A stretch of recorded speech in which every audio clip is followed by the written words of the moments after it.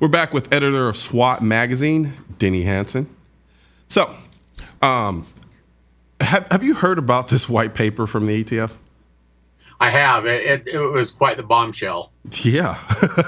I had to read it twice because I wasn't quite sure if I was actually reading what my eyes were actually reading. I know. The number 2 man in ATF wrote the paper.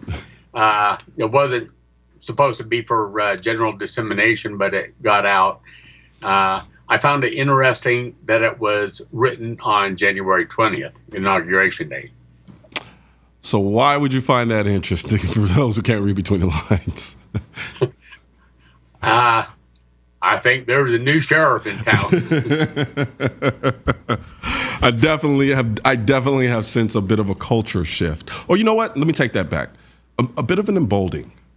I think for some time now, we in the gun community have kind of been on this kind of defensive edge where we're almost ashamed or a little worried to kind of speak out, especially people in federal positions, people who are in government positions, not necessarily being emboldened or feeling empowered to kind of speak out on what they would maybe consider pro-gun stances with respect to firearms. And I think now with President Trump in the White House, we are in a situation where there's almost a strengthening of the notion of the Second Amendment. And everyone's kind of re-energized around that fact. And now we can, like I've said before, go on the offense. Yeah. Well, Ronald Turk, who wrote the white paper, he said that it's time for the Senate to confirm a new ATF director and one that will go along with the Second Amendment and the administration, which... that's something in the white paper that really shocked me.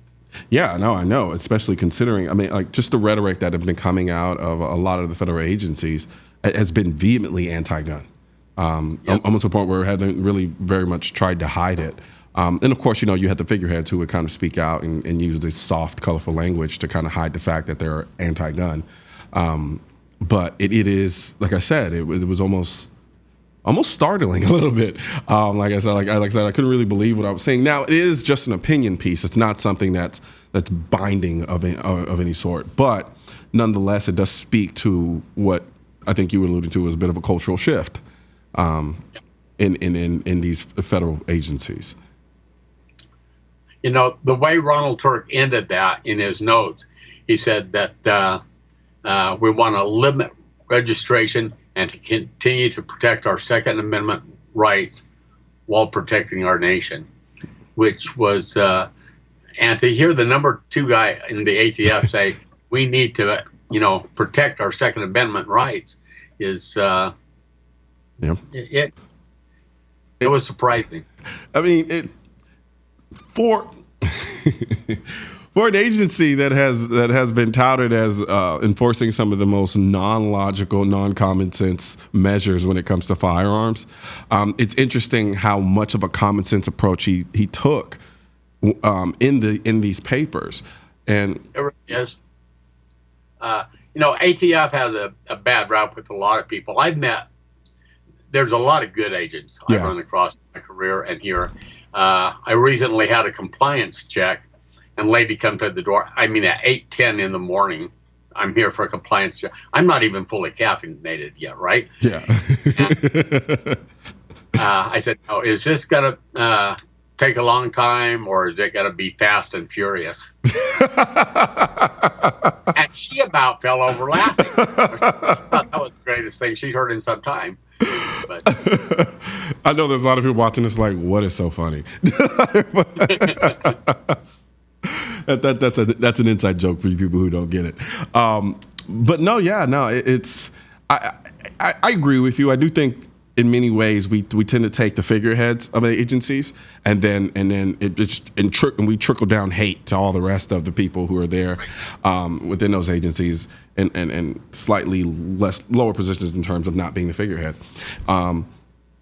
And so I always did wonder how many people in the ATF looked at some of these regulations, because I had a friend who he was an ATF agent, really great guy, really good friend. When we went to law school together, and what was interesting was he tended to sway a little bit more anti. And it was interesting kind of having a back and forth conversation with an individual like that, because here he is, he's an ATF agent. There's a certain legitimacy that I guess comes with that. In my position is always being argued from a place of common sense. But I always felt like there was a lack of some of that common sense and the reasoning and the rationale of why he was against essentially citizen gun owning.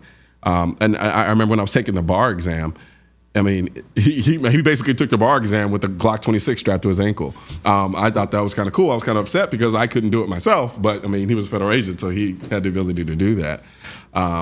But yeah, I think you're right. I think there are individuals who agree, and then some who don't. But I guess at this point we are dealing with somebody who is in a leadership position in the ATF, espousing some very, very pro-gun rhetoric that we've been preaching from the towers for years and decades now, and Sure. It's very refreshing, incredibly refreshing to hear.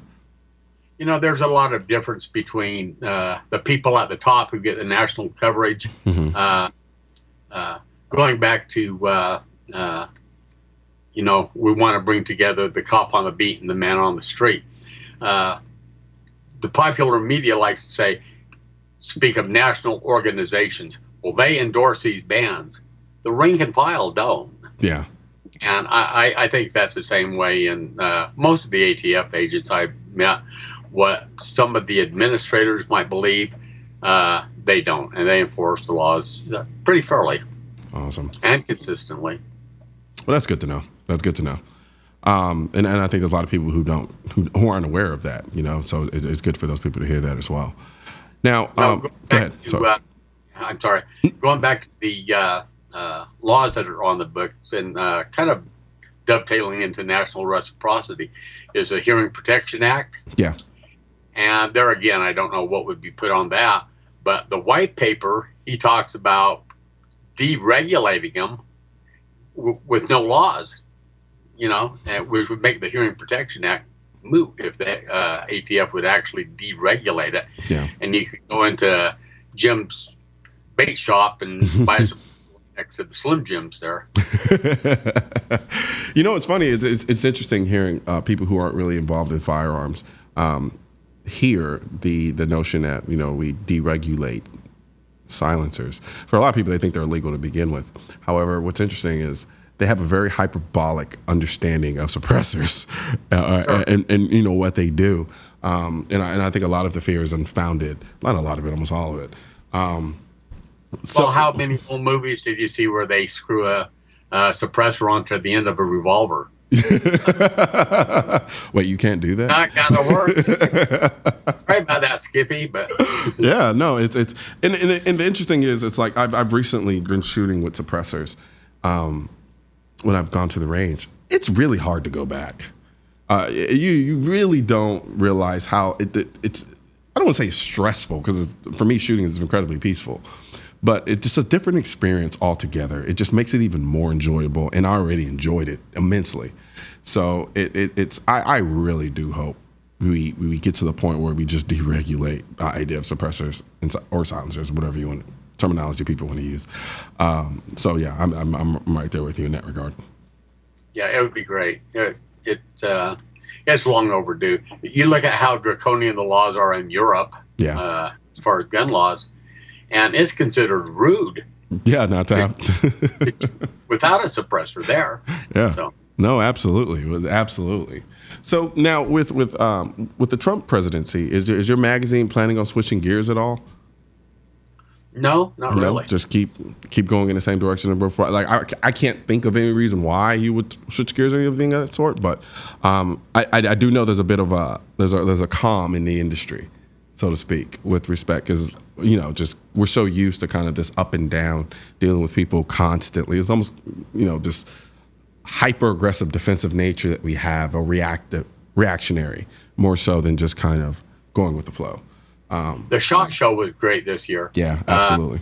In the past years, I think I've only missed two. And so some of the glitter has worn off for me, but everybody was in a good mood. It's not, oh, what's going to happen now? And it was really refreshing to see. No, absolutely. I'm not entirely sure how much political content the magazine goes into typically, but do you see it being more focused now on products in terms of now not having the net? No, see, I don't want to say that because rhetoric like that on my behalf kind of breeds complacency. But I felt like with the Trump presidency now, we're in a position now where we can start to focus on the actual item that we all enjoy and love to use, and then start kind of evolving those particular items. Do you think that now there's more room to kind of focus on the actual gun instead of the political side of things? I hope so. One thing I've heard, though, is that, well, we're safe for at least 4 years. Yeah. Well, actually 2, because historically, whoever is elected, the opposition party takes control of the Senate and the House. Yeah. I don't think it'll happen this time, but I really hope President Trump can get some things done for us in the first 2 years. Absolutely. I'm right there with you. Well, thank you very much, Denny. It was a pleasure speaking with you. I look forward to speaking with you again. And thanks for having me on again. Absolutely. Anytime. Okay, bye. All right. And coming up next, we're going to talk with Beth Bauman from bearingarms.com. And she got the lowdown on a really disturbing new documentary. Disturbing is a bit of an understatement, actually. We'll be back.